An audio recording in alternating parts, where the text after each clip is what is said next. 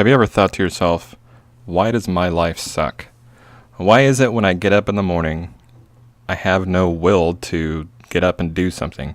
I don't feel like going out and getting at life or seizing the day, or what is it that meme says, like go out and just grind? I don't know. Anyways, it's stupid.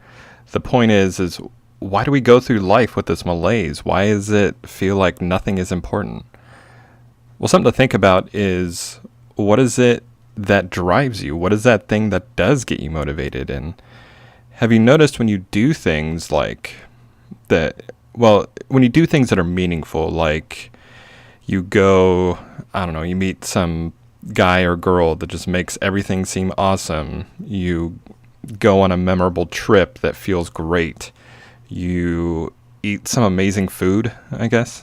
I love food. But all these things, they end. They go away. You're going to come home after a trip. It's very possible you're going to break up with that person or them not even like you. All these different things that just come to an end. And then you're back to square one. So what's the big deal? Why is it that we can't seem to get a sustained sense of purpose, of just that thing that's going to get you motivated to go out through the day and not play 12 hours of, some video game? Well, the thing I want to talk about is excitement. The thing with excitement is it's almost like a drug. It's almost something that makes you want it all the time. But by definition, you can't have excitement all the time because it's a peak. It's a high point. It's a mountaintop. It's something that it can't be repeated because it is excitement. If you were to have that excitement again, it wouldn't be as, exciting.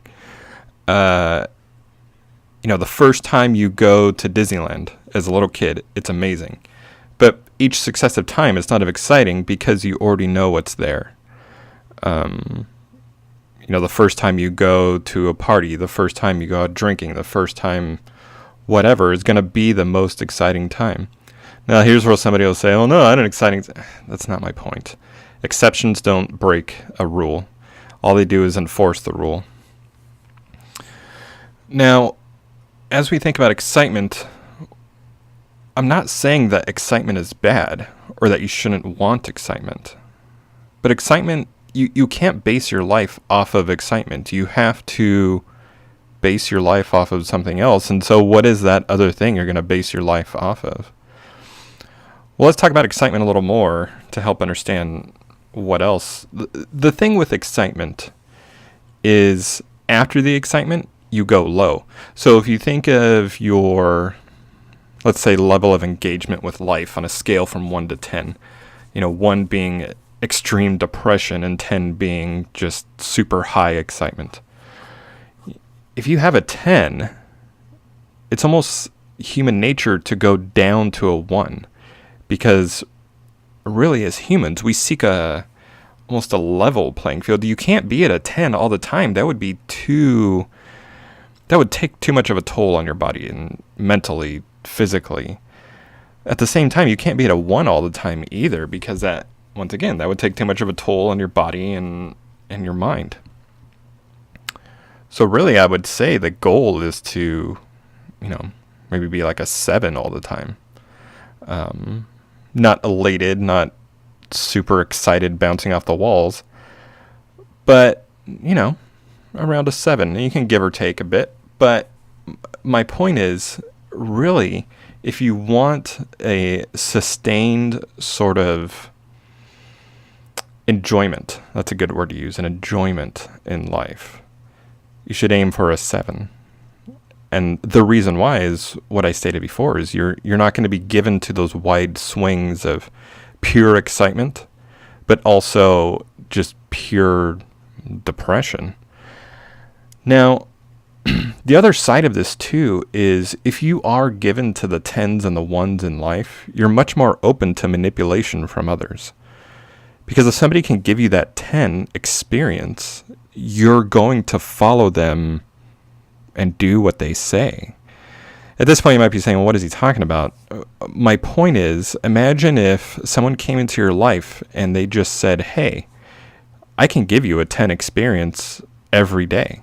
You would constantly want to be with that person. You would constantly want to do the things that, they would want to do because you're after those 10 experiences all the time, and you can't make that 10 experience all yourself.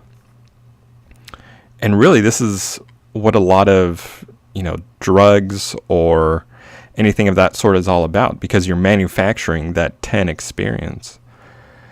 And this isn't some moral thing against drugs or anything like that. All I'm pointing out is this understanding of the 10-to-1 swing that people go through, and then the just extended periods of oneness that they keep going through. Well, let me back up a little bit. As we go through life, we have this choice to make every day. You wake up and you say to yourself, well, I can do this, I can do that. Or you may not even say that to yourself. You just say, I don't feel like doing this or that. And really what we're telling ourselves is, I'm not going to do that thing unless it feels like a 10. But maybe you should just ask yourself, well, if I do this thing and it gives me a 7, maybe I should do it. Or maybe not even a 7, just get you above the 1. We can't expect a 10 every day. And so really my point is it's not a good way to live, of swinging between the 10 and the 1. But you should aim for that 7 every day. And if you find something that gives you that 7 consistently, that's something awesome.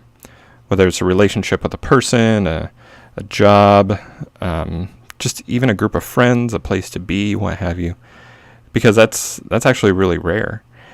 And if there's something that's giving you a 10, that's something that's you should be careful about, because you can become, really addicted to it, because, we have all those neurotransmitters that are in our brain and all that. And I don't know, is it dopamine that gives us? I don't know. I don't remember from my psychology class. My point is, we can't become dependent on these experiences. And that's the thing I want to point out, is the dependency.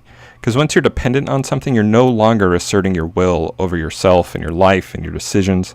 You're letting outside circumstances make those decisions for you. So really, that's the thing I wanted to point out, is if you want to have a better life, the first step is really just start thinking about, what is this excitement thing that I'm so attached to, that I so need?